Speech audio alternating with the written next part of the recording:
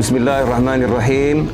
Alhamdulillahirabbil alamin. Allahumma shalli wa sallim ala sayidina Muhammadin miftahi babi rahmatillah adada ma fi ilmillah salatan wa salaman daimaini bidawami mulkillah wa ala alihi wa sahbihi.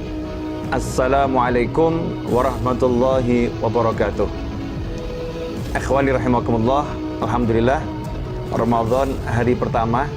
Mudah-mudahan Allah Ta'ala memberi kita kekuatan untuk melaksanakan semua perintahnya dan menjauhi semua larangannya, dan kita bisa banyak beribadah di bulan suci Ramadan ini sehingga kita tercatat sebagai hamba-hamba yang dijamin mendapatkan Lailatul Qadar. Amin Allahumma amin. Banyak pertanyaan yang masuk, dan pada episode kali ini, tanya jawab kali ini, saya memilih pertanyaan yang sangat bagus tentang Lailatul Qadar di masa pandemik COVID-19. Mana yang harus dipilih? Mengejar Lailatul Qadar atau diam di rumah? Mengejar Lailatul Qadar atau berdiam di rumah alias di rumah saja? Ini perlu kita jawab dengan luas agar tidak jadi salah persepsi, tidak terjadi salah pemahaman di tengah-tengah kita. Yang perlu kita ketahui bersama, Lailatul Qadar adalah satu malam di bulan suci Ramadan. Barang siapa di malam itu diberi Allah Lailatul Qadar, karena di malam itu semua yang hidup di muka bumi, dia ketemu dengan Lailatul Qadar. Masalahnya dapat Lailatul Qadar atau tidak? Ketemu tapi dapat atau tidak? Dapat jatahnya tidak gitu. Dapat hadiahnya tidak. Termasuk orang yang di malam itu dia dapat Lailatul Qadar atau tidak. Kalau Lailatul Qadarnya ada di malam-malam Ramadan, hanya saja malam yang keberapa itu menjadi misteri rahasia ilahi untuk suatu hikmah. Ini yang perlu kita ketahui bersama. Lailatul Qadar ada di salah satu malam di bulan suci Ramadan. Kemudian malam keberapa? Para ulama berbeda pendapat, dan beda pendapat ini muncul dari berbagai riwayat yang disampaikan para sahabat tentang sabda-sabda Nabi Muhammad SAW. Di antara pendapat yang terkuat adalah di malam-malam ganjil 10 hari terakhir. Malam-malam ganjil 10 hari terakhir. Nah, pertanyaannya, apakah kita harus mengejar Lailatul Qadar atau berdiam di rumah? Mungkin yang bertanya ini menganggap Lailatul Qadar itu hanya akan kita dapat di masjid. Lailatul Qadar hanya akan didapat di dalam masjid. Sehingga kalau kita tidak di dalam masjid, maka tidak dapat Lailatul Qadar. Atau mungkin yang bertanya punya keyakinan Lailatul Qadar itu hanya diperoleh mereka yang iktikaf di masjid di 10 hari terakhir. Jadi kalau tidak iktikaf di masjid 10 hari terakhir, tidak dapat Lailatul Qadar.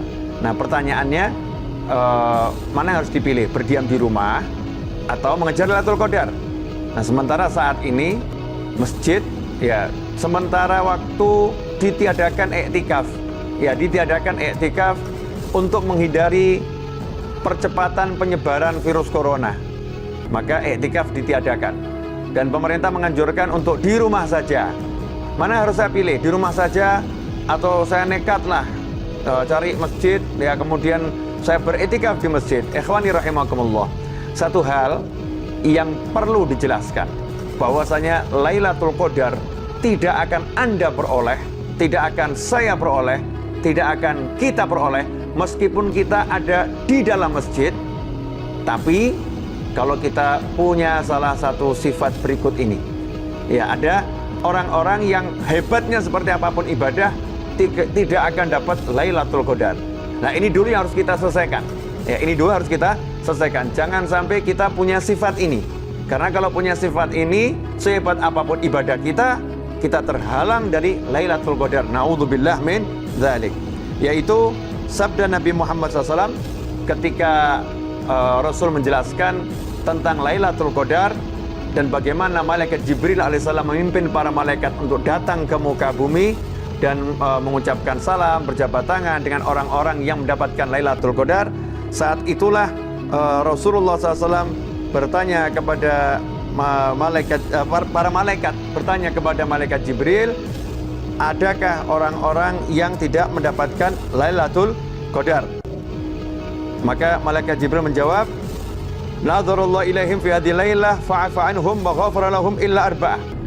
Nah, jadi malaikat Jibril mengatakan di malam Al-Qadar itu Allah melihat seluruh umat Nabi Muhammad SAW, kemudian Allah memaafkan mereka semua, Allah mengampuni mereka semua illa arba'ah, kecuali 4 kelompok manusia. Semoga Allah Ta'ala melindungi kita sehingga kita tidak masuk dalam salah satu dari 4 kelompok manusia yang tidak mendapatkan ampunan dan maaf dari Allah Subhanahu wa Ta'ala.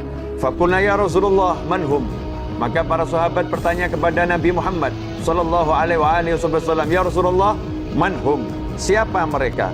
Qala, Rasul menjawab sallallahu, rajulun mudminu khamrin. Rajulun mudminu khamrin. Yang pertama, orang yang dia itu kecanduan minuman keras, miras atau narkoba, sesuatu yang memabukkan. Ya, pecandu minuman keras. Wa akun liwalidayh, orang yang durhaka kepada kedua orang tuanya. Wa qati'ur rahim, orang yang memutuskan tali silaturahim. Wa musyahin, dan orang yang bermusuhan dengan saudaranya sesama muslim. Nah, ini ada 4 kelompok manusia. Yang pertama yaitu pecandu narkoba, miras dan sesuatu yang memabukkan. Yang kedua, dia yang durhaka pada orang tua. Yang ketiga, dia yang memutuskan tali silaturahim. Yang keempat, dia yang bermusuhan dengan saudaranya sesama muslim, menyimpan kebencian dalam hatinya. Ikhwani rahimakumullah, maka 4 hal ini wajib kita singkirkan dari diri kita selama bulan suci Ramadan dan seterusnya. Selama bulan suci Ramadan dan seterusnya, kita harus meninggalkan ya kecanduan pada miras, narkoba dan semisalnya. Kemudian yang kedua, durhaka sama orang tua. Naudzubillah min dzalik. Ini merupakan suatu kejahatan, ya, kejahatan dunia dan kejahatan akhirat. Orang yang durhaka pada orang tua yang sampai saat ini pun belum menjadi kejahatan pidana ya, tapi ini kejahatan ukhrawi, dunia akhirat. Seseorang yang durhaka pada orang tua tidak mungkin dapat Lailatul Qadar. Jadi kalau sampai ada anak itu bakti sama istrinya, ya dia taat sama istrinya, dia senangkan istrinya, dia muliakan istrinya, tapi dia hinakan orang tuanya karena istrinya, ya dia jauhi orang tuanya karena istrinya, dia durhaka pada orang tuanya, sehebat apapun dia berderma, sehebat apapun dia beribadah, sehebat apapun dia sholat, sehebat apapun dia khatamkan Al-Quran dalam bulan suci Ramadan, Allah tidak akan berikan Lailatul Qadar kepadanya. Allah tidak akan ampuni dia, Allah tidak akan maafkan dia. Na'udzubillah min dzalik. Karena itu tips, solusi untuk dapat Lailatul Qadar yang pertama kali adalah birrul walidain, bekti sama orang tua, senangkan orang tua kita. Nabi SAW di bulan Ramadan dikatakan bahwasanya Rasulullah SAW setiap hari beliau itu adalah manusia yang dermawan, sangat dermawan. Tetapi kalau di bulan Ramadan, Rasul paling dermawan, Rasul paling dermawan SAW. Karena itu kalau kita selama ini udah membantu orang tua kita, ya kata membantu itu nggak tepat saudara-saudara, mohon maaf, karena yang membantu kita selama ini orang tua. Jadi kalau kepada orang tua membalas budi. Kalau selama ini kita sudah berupaya membalas budi orang tua yang tidak mungkin kita bisa membalasnya dengan apapun, maka di bulan Ramadan harus lebih, ya harus lebih lagi tunjukkan bakti kita. Itu yang pertama. Yang kedua yang harus kita lakukan adalah menyambung tali silaturahim.